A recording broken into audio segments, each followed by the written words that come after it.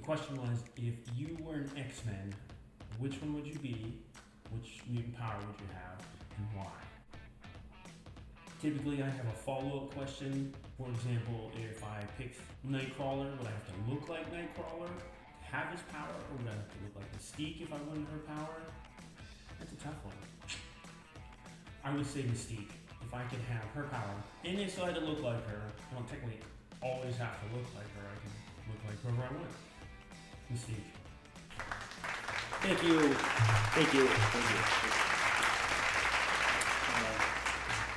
Let's take this off. Better. Welcome to The Jealous Image. This is the channel solely dedicated to help good-looking guys like yourself. This guy knows what I'm talking about. Look even better by providing you information about fashion, grooming, personal care, just overall men's stuff. And today's episode was brought to you by that missing sock in the dryer, because no one's really sure why one sock disappears and where it goes, so we can shout out to that one sock. Before I jump into the information and what today's episode is about, please go ahead and hit that like button and that subscribe button. Today's episode is going to be about grooming. Not so much grooming, hair care. Keep in mind, this is just my routine. This is what I do throughout the week.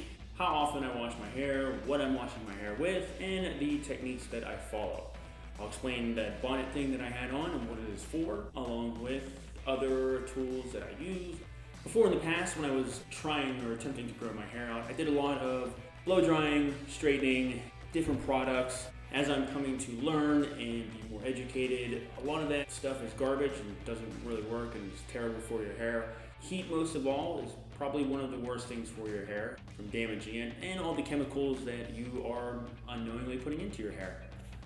Now that I'm growing my hair out, for the past couple months, maybe 2 to 3 months, I've completely changed my regimen, what I've been doing, what I've been using. I no longer blow dry my hair, I no longer straighten it, I let it air dry, because that is the absolute best way to let your hair dry so it's not causing tension and damaging it from the heat.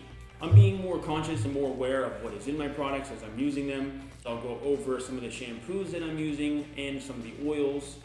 Beginning on Monday, throughout the week, I wash my hair twice, but I'll also condition it maybe 1 or 2 days in between there as well. If I am going into Monday, just washing and conditioning my hair on Sunday, I will spray a mist or just wet it to dampen it, just to kind of keep it hydrated by using this product here.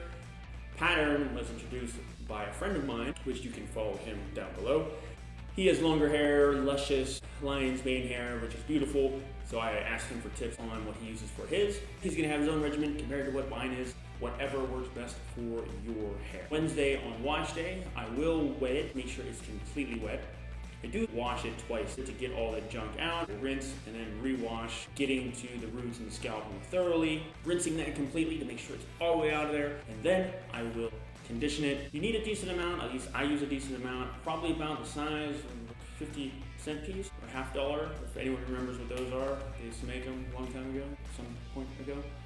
Spread it throughout my hands generously, evenly distributing it through the end to the tips of your hair. Now, depending on how thick your hair, what type of hair you have, you may have to section this off. Mine's not as long, so I don't have to, but in the future, that's the goal.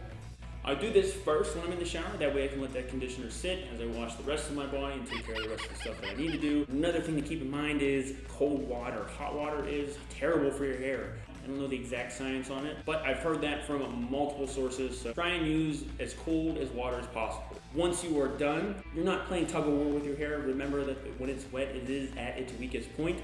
So you want to dry it off as if it is a fine piece of silk or very delicate piece of fabric. So pad drying it and getting that water out. Once you're out of the shower, now is the time to comb it, get some of those knots out. However, you don't want to use anything fine tooth, because that's going to create tension on your hair and at the roots and causing more hair to come out. I use a wide tooth comb to first bring it out, and then I'll use a wider tooth brush so I'm not causing as much tension. Once it's dry, you could also use different types of brushes. And the next thing I like to do is putting a little bit of oil in my hair. Completely up to you. This is just the oil that I use, all natural oil. I don't use a whole lot of this because the point is you don't want your hair to be too greasy, but at the same time, you don't want it to be super dry. I'll put about a dime-sized portion in my hand, spread it and then evenly distribute that throughout from the scalp to the tip of the hair. This isn't something you have to do every day. I don't even do it all the time. I maybe do it once a week in between washes. The point of the shampoo and the conditioner is to moisturize your hair, so again, you don't technically need this. I just use it just because, but again, I don't use a whole shitload of it.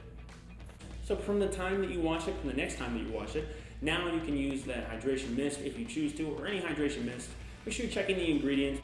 The one that I had on earlier, this is completely optional. This is just something I just started doing. The point of these are, this is just an additive too, if you've never slept in satin sheets, I highly suggest it because they're fucking amazing. But back to what I was talking about.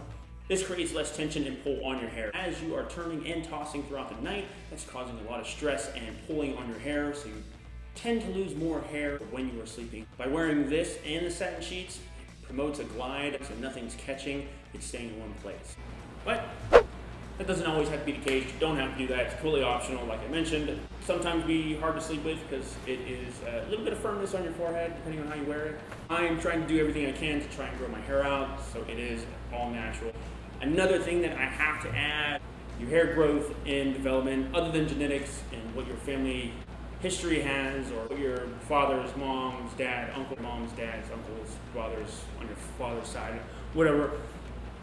What you eat and in your diet is what is going to also help your hair grow. I like to stick to the whole food, plant-based diet just because I feel it has a lot of nutrients in that, depending on what you're missing and what your diet is throughout the day. That's just mine. But what I'm saying is that is a huge part of it as well, so make sure you know what you're eating. The fats and stuff that you are consuming is aiding in that hair loss. So pay attention to that. And again, I'm not a doctor, so take that with a grain of salt. Pattern that I mentioned, they're not a sponsor. This is just a product that I began using and I'm really enjoying this. They have a bunch of stuff on their website. Go check it out. I'll put the link in there at the bottom. The first thing is the shampoo. It comes in a smaller bottle and it's made for different types of hair. So it depends on what type of hair you have. Curly wavy, which I have in between that somehow. You don't need a lot of this, which is great about it. I love it. The next thing is the conditioner. You don't need a whole lot of it, a decent amount of it. A little goes a long way. Find what works best for you. Because everybody's hair is a little bit different. Some of the other things I like to use, or that I mentioned in the video, or the hydration mist is awesome in between washes, just because it keeps your hair moisturized. This one's a scalp serum. You can use that if you have dry or itchy scalp.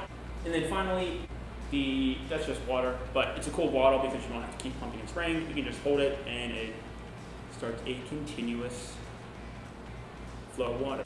As I mentioned earlier, heat is one of your hair's biggest enemies. When you're going outside, keep that in mind if you're going to be in the sun all day, so by typically wearing a hat or some kind of covering over your hair, it's going to protect your hair and your scalp at the same time. When you're going to the gym, if you're someone that likes to wear beanie caps or baseball caps in the gym, try to do that in moderation because when you have that baseball cap or that beanie cap on, that's keeping all that heat and moisture within it is not good for your hair, at least not long term. So try not to do that all the time. Will let my hair naturally dry. If it's not the exact way I want my hair to lay, I will wet it again and comb through it to kind of put it to the side or the way I want it to lay. That is my time, everyone. I hope some of this information helped. I'll try to do another video down the road. Stay tuned for next week. Don't know what I'm going to do yet. Thinking nutrition, maybe fitness, because the last fitness video wasn't that instructive. So probably another fitness one, but we'll see. I am Jeffrey with The Jealous Image. Before you go, hit that like button, hit that subscribe button. If you liked any of this content, comment below, or even put another question that you would like me to answer. Anything related, any kind of question, doesn't matter.